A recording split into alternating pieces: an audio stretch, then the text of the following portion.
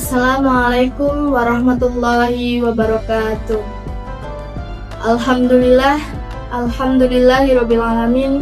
Wassalatu wassalamu ala asrofil anbiya'i wal mursalin wa ala alihi washabbihi ajmain. Amma ba'du. Pertama-tama, marilah kita panjatkan puji syukur kehadirat Allah Subhanahu wa Ta'ala yang telah melimpahkan rahmat serta hidayahnya kepada kita, sehingga kita masih diberi nikmat sehat, masih diberi kesempatan untuk bertemu dengan bulan Ramadan yang penuh berkah dan penuh anugerah. Teman-teman yang dirahmati Allah, kebahagiaan adalah tujuan akhir yang dicari setiap manusia. Dalam Islam, kebahagiaan tidak hanya diukur dari keberhasilan materi atau status sosial, tetapi juga dari keadaan batin dan hubungan dengan Allah Subhanahu wa Ta'ala. Salah satu sifat yang dihargai dalam Islam dan dianggap sebagai modal utama untuk mencapai kebahagiaan adalah sifat rendah hati. Rendah hati atau tawadu adalah sifat yang dijunjung tinggi dalam ajaran Islam. Rendah hati tidak hanya berarti merendahkan diri di hadapan sesama manusia, tetapi juga mengakui kebesaran Allah Subhanahu wa Ta'ala.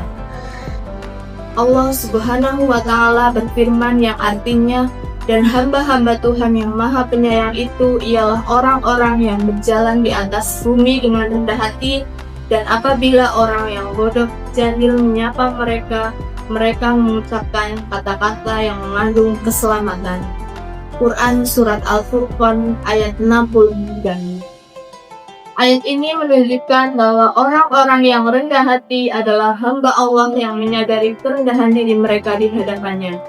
Rendah hati juga tercermin dalam interaksi mereka dengan sesama manusia, di mana mereka bersikap lemah lembut dan berbicara dengan kata-kata yang baik. Teman-teman yang dirahmati Allah, tawadu memiliki 3 ciri, yaitu yang pertama, ia dilakukan oleh orang yang memiliki kemampuan, kekuatan, serta peluang untuk berlaku sombong, tetapi ia tidak bersikap sombong karena mengharap keridhaan Allah Subhanahu wa Ta'ala.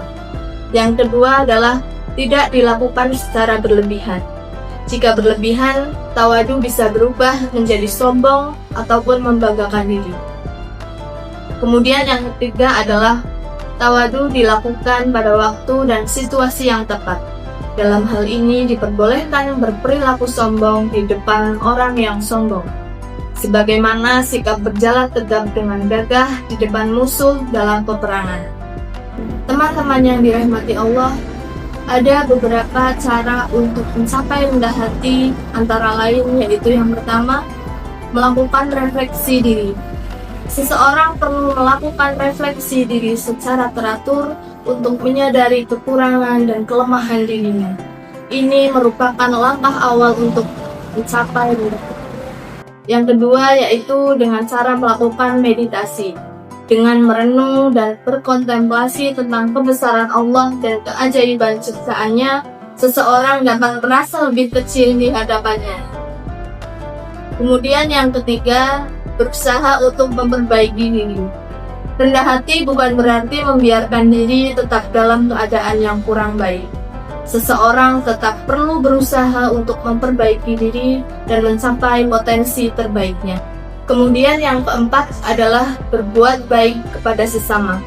Memberikan bantuan dan mendukung sesama manusia, terutama yang membutuhkan, merupakan cara lain untuk mengasah sifat rendah hati.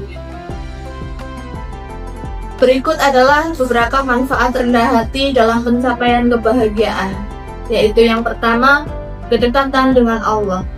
Rendah hati memungkinkan seseorang untuk mendekatkan diri kepada Allah. Dengan merendahkan diri dan mengakui kebesarannya, seseorang membuka pintu untuk mendapatkan rahmat dan keberkahan. Kemudian yang kedua adalah keseimbangan emosional. Rendah hati membantu menjaga keseimbangan emosional seseorang. Ketika seseorang tidak terlalu egois atau sombong, dia cenderung lebih tenang dan damai dalam menghadapi tantangan hidup.